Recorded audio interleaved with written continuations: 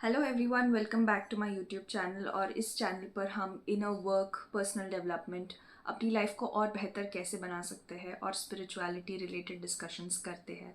तो अगर आपको इस टाइप का कंटेंट अच्छा लगता है तो आप मेरे चैनल को सब्सक्राइब कर सकते हैं।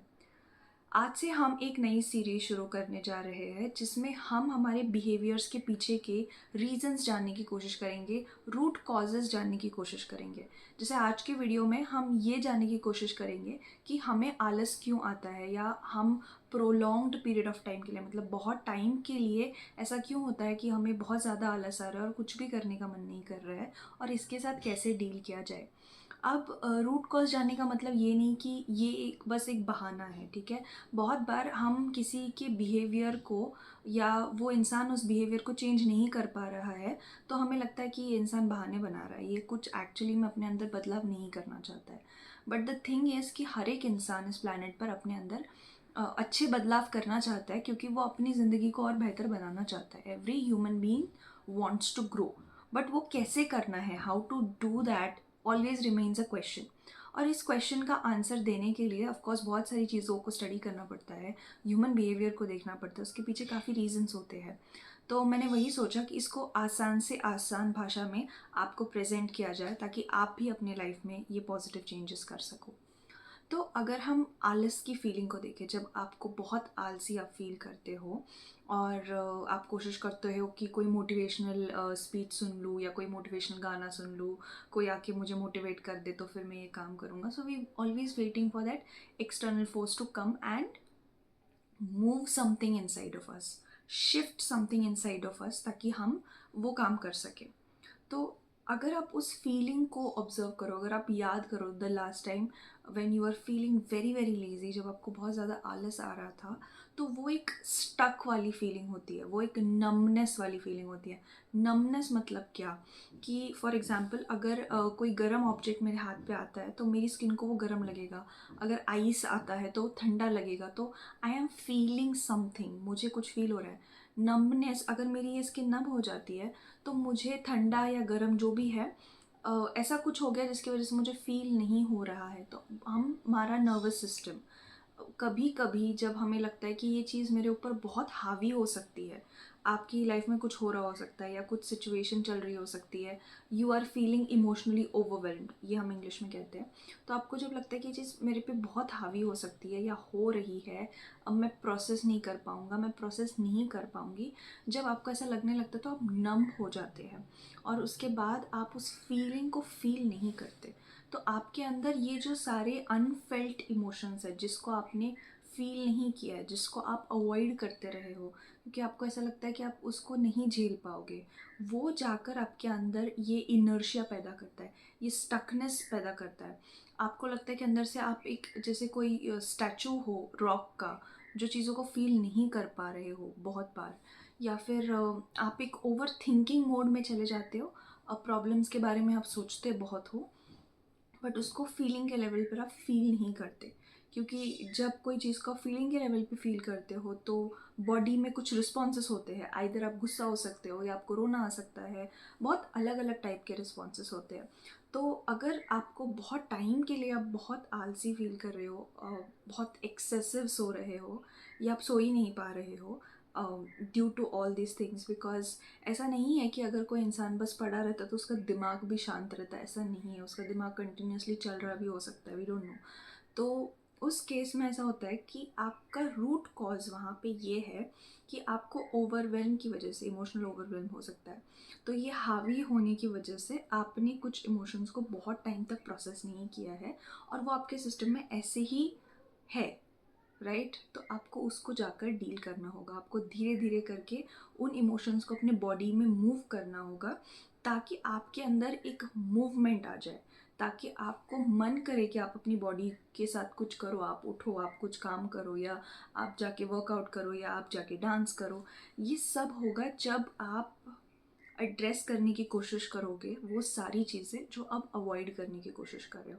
अब लोग गलती क्या करते हैं पता है, कोई मोटिवेशनल सॉन्ग सुन लिया, किसी ने आपको समझाया, किसी ने आपको बहुत मे बी डांटा, तो आप अचानक से जो सबसे हेवी चीज़ है वो करने की कोशिश करते हैं।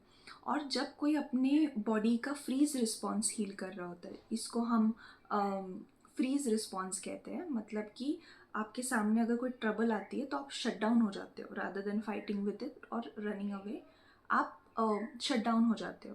तो जब भी आप अपनी बॉडी का फ्रीज रिस्पॉन्स हील करने की कोशिश कर रहे होते हो तो आपको खुद को बहुत बड़े बड़े चैलेंजेस नहीं देने हैं, क्योंकि कहीं ना कहीं बहुत चीज़ें चैलेंजिंग लगने की वजह से आपके ऊपर चीज़ें हावी होती है। तो आपको बहुत छोटे छोटे एक्शंस लेने हैं अपनी तरफ। तो अगर आपको इस लेज़ीनेस को दूर करना है, अगर चीज़ों को हील करना है, तो सबसे पहले आपको ये सीखना होगा कि अपने इमोशंस को फील कैसे करते हैं। और बहुत सारे लोग हैं जिन्हें ये नहीं आता है, मुझे भी नहीं आता था। I used to always think कि इमोशंस को लेकर कुछ प्रॉब्लम सॉल्विंग करनी पड़ती है, तो I used to think my way through, but ज़्यादा फील करना नहीं आता था। This is a skill that I eventually learned. तो ये चीज़ें आप सीख सकते हो, राइट? आपको लग सकता है कि ये इमोशन मेरे पे इतना हावी हो जाएगा that I break down, but when you actually confront to it and start feeling it, तो आपको पता चल जाता है कि मेरी बॉडी में कैपेसिटी है टू प्रोसेस इट। और अगर आपको ये बहुत मुश्किल लगता है कि ये नहीं हो पाएगा आपसे, तो you can actually work with somebody. आप थेरेपिस्ट के साथ काम कर सकते हो, आप लाइफ कोचेस के साथ, हीलर्स के साथ काम कर सकते हो, जो आपकी मदद कर सकते हैं, आपको खुद को हेल्प कर सकते हैं कि आप कैसे आपके इमोशंस को प्रोसेस करोगे। आप मेरे साथ भी ये काम कर सकते हो। You can book a consultation with me, you will find the link in the description. तो आपको बहुत छोटे छोटे चैलेंजेस खुद को देने पड़ते हैं जब आप इन चीज़ों के साथ वर्क करने की कोशिश कर रहे हो। और खुद को अप्रिशिएट करना बहुत ज़रूरी है उस छोटे चैलेंज को पूरा करने के लिए। तो आपके ऊपर ये जो एक अननोन सा प्रेशर आपको फील होता रहता है कि अगर ये चीज़ इतने अच्छे से अगर नहीं हुई तो दैट मीन्स अच्छी ही नहीं हुई और कोई मतलब ही नहीं था उस चीज़ को करने का। ये जो सारे थिंकिंग पैटर्न्स होते हैं, कहीं ना कहीं ये भी आपके अंदर लेजीनेस को बढ़ा रहे होते हैं। तो आपको अपने थिंकिंग पैटर्न्स को बहुत केयरफुली ऑब्जर्व करना सीखना पड़ेगा, और उनमें से ऐसे कौन से पैटर्न्स हैं जो आपके ऊपर एक अननोन स्ट्रेस पैदा करते हैं। क्योंकि अगर आपके ऊपर कोई स्ट्रेस आ रहा है जब आप कुछ कर ही नहीं रहे हो, दैट मीन्स कि यहाँ पर सोचने के पैटर्न्स में प्रॉब्लम है।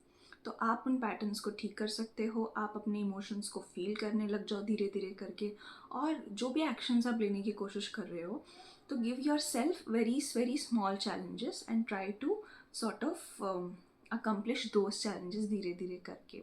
और खुद को ये जो इमोशंस है, हम बहुत इम्पेशेंट होते हैं हमारे इमोशंस के साथ, स्पेशली जो हमें बहुत मुश्किल लगते हैं, जो बहुत नेगेटिव लगते हैं। तो हमें लगता है कि मुझे जल्दी से ये फीलिंग चली जाए। जैसे अगर मैं किसी के साथ वर्क कर रही हूँ और सेशन में उन्हें टाइटनेस फील होने लगता है बॉडी में कहीं, या कहीं पे कोई सेंसेशन होने लगता है, तो उनका मन करता है कि ये सेंसेशन जल्दी से मेरी बॉडी से चला जाए। तो ये जो इम्पेशेंस हम हमारे इमोशंस के साथ दिखाते हैं, वो हमारी इमोशनल हीलिंग को और मुश्किल कर देते हैं। तो हमें उस इमोशन को कहना है कि you can be here as long as you want. So जब आप वो सीख लेते हो, how to let emotions be in your system for as long as they want to be, वो एक्चुअली जल्दी प्रोसेस होने लग जाते हैं। तो ये धीरे धीरे करके ही आप सीखते हो। तो ये सारी चीज़ें हैं। और जब भी आप कुछ करने की कोशिश करो, इट्स वेरी इंपॉर्टेंट कि वो चीज़ें पनिशमेंट जैसी ना लगे, राइट? क्योंकि already for any reason you have become so self critical with your self, या आप हर चीज़ को एज अ पनिशमेंट रिवॉर्ड देखते हो। आपके अंदर वो परफेक्शनिस्ट टेंडेंसीज है कि एक तो बहुत अच्छा करूँगी या करूँगी नहीं, ऐसे ये सारी चीज़ें हैं। तो वहाँ पे आपको एक्टिविटीज़ में प्लेजर ढूंढना बहुत ज़रूरी है। क्योंकि क्यों करोगे ना, आप खुद को बार बार ऐसे चैलेंजेस में मत डालो जो आप रिलेट ही नहीं कर पाते।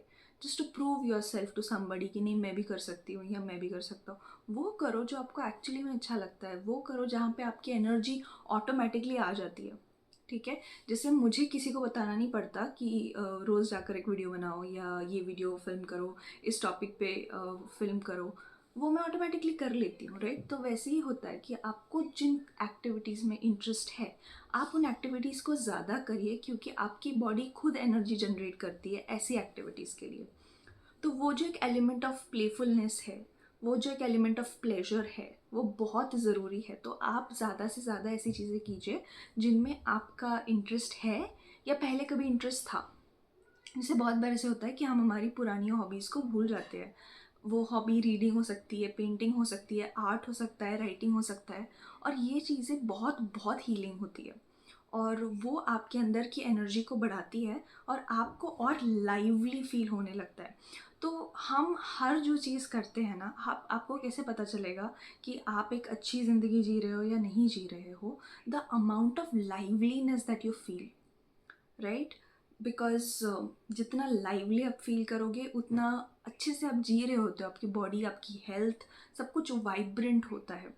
तो उससे पता चलता है कि आप सही चीज़ कर रहे हो कि नहीं कर रहे हो। तो जो एक्टिविटीज़ आपके अंदर की एनर्जी को बहुत ड्रेन कर देती है वो मिनिमम रखिए। होते हैं कुछ काम जो करने ही पड़ते हैं, तो उसको बहुत मिनिमम रखिए, और जो कामों में आपको ज़्यादा मज़ा आता है आप उसको मैक्सिमम करने की कोशिश कीजिए। और जब आप कोई क्रिएटिव काम करते हैं तो उसमें ये मत देखिए कि अच्छा आप आर्ट बना रहे हो तो आप आर्टिस्ट है तो आपका इतना ही अच्छा पेंटिंग बनना चाहिए, या आपने कुछ लिखा और उसको पोस्ट किया तो उसको इतने ही लाइक्स आने चाहिए, इतने ही रिव्यूज़ आने चाहिए। ये जो आपका कंडीशनलनेस है ना, कि अगर ये हुआ तो ही ये चीज़ के लायक हूँ मैं, या ये हुआ तो ही इस चीज़ के लायक है मेरा आर्ट या मेरा काम, जो भी है आपकी स्किल, उसको आप थोड़ा सा साइड में रखकर इन एक्टिविटीज़ को करते जाइए और आपको बहुत मेजर चेंज दिखेगा अपने बिहेवियर में। आप बहुत एक्टिव हो जाओगे। तो आपके अंदर एक्टिविटी को लाने के लिए आपको सबसे पहले आपके इमोशंस को प्रोसेस करना पड़ेगा। आपको जिन चीज़ों में इंटरेस्ट है, जो आपकी हॉबीज से लिंक करते हैं, उनको ज़्यादा करना पड़ेगा। जैसे एक्टिव रहने का तरीका सिर्फ जिम जाना नहीं है, वो डांस करना भी हो सकता है, वो कोई स्पोर्ट्स भी हो सकता है। जैसे आपको क्रिकेट पसंद है या आपको बैडमिंटन पसंद है तो वो खेलना भी हो सकता है। तो जिनको body building as a sport पसंद है वो जिम जाते हैं, या फिर जिन्हें ठीक है कि उनकी लाइफ में दे वांट सर्टेन थिंग्स तो वो लोग जिम जाते हैं। और मैक्सिमम लोग जो जिम जाते हैं, चीज़ें भले ही चैलेंजिंग होती है but they are fun at the same time, तो फन का एलिमेंट जिम में भी है। बट अगर आपको वो चीज़ कम्प्लीटली एक पनिशमेंट लगती है तो उसको करने में कोई पॉइंट नहीं है। तो आपको जो चीज़ें एक्चुअली में बहुत प्लेजरेबल, प्लेफुल, फन लगती है, आप उनमें इन्वॉल्व हो सकते हो और आपको और अलाइव फील होगा। तो from that inertia to feeling alive is the move that you want to make. And when your emotions will move, when your body will move, your emotions will move. When your emotions will move, your body will move. इसका बहुत direct connection है। तो अगर आपका मन करता है कि कोई सॉन्ग चल गया और थोड़ा सा आप उस पर डांस करना चाहते हो, कोई आपको नहीं देख रहा है, तो आप कर लो। You know, there's nothing wrong. You don't have to be a dancer to dance. You don't have to be a singer to sing, to hum a song, to listen to song. तो ये सारी जो conditions हैं इनको निकालना बहुत ज़रूरी है। And life is a very beautiful and a very playful and a very vibrant thing. So have fun with it. और आपके थॉट्स क्या है इस वीडियो के बारे में, definitely right in the comments. The next video will be about the next behaviour trait, which is the exact opposite of laziness, which is trying to control everything around you. The best thing is, ऐसे लोग बहुत अच्छे managers होते हैं, बहुत चीज़ें अच्छी करते हैं, बट देर आर प्लेसेस जहाँ पे इंटरनली वो बहुत स्ट्रगल कर रहे होते हैं। जो लेज़ी वाले थे वो ऐसे थे कि बाहर से सबको लगता है कि हैप्पी गो लकी, ये इंसान मस्त रेस्ट कर रहा होता है पूरा टाइम, बट इंटरनली क्योटिक। तो हमें बाहर से देखकर बहुत बार नहीं पता चल रहा होता है कि इंसान के अंदर क्या चल रहा है। तो next time we will exactly look at the mirror of what laziness is, which is that control freak behavior. तो ये सीरीज़ को बनाने के पीछे का रीज़न यही है कि आप थोड़ा सा खुद के साथ नॉन जजमेंटल हो जाए और आपके बिहेवियर में जो चेंजेस करना चाहते हो आप उसको विदाउट जजमेंट देखने लग जाए कि एक पर्सन सच्ची में सफ़र कर रहा होता है तभी उसको ये सारी प्रॉब्लम्स होती है। जैसे कोई कंट्रोल फ्रीक है, ये लोग काफ़ी टाइम लीडरशिप पोजीशन पे होते हैं, तो सबको लग रहा होता है क्या यार ये इंसान हमेशा हमें कुछ ना कुछ काम बताता रहता है, इसको हमेशा चीज़ें ऐसे परफेक्टली चाहिए होती है, तो हम भी काफ़ी उनको जज कर देते हैं।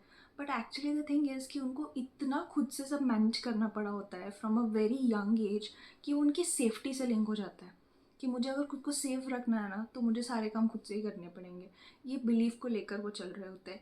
लेज़ी लोग होते हैं कि अगर ये सारी चीज़ें मैंने फ़ील कर ली, सब कुछ हो गया, तो मेरी सेंस ऑफ सेफ्टी, क्योंकि उनको लगता है कि ये सब फ़ील करना सेफ़ नहीं है, तो बार बार चीज़ें एक ही चीज़ पे आके रुकती है, आपकी सेंस ऑफ सेफ्टी। इसकी वजह से आप बहुत सारे इमोशंस को प्रोसेस नहीं करते हो। So this was a very big reason behind our behaviours. See you in the next video.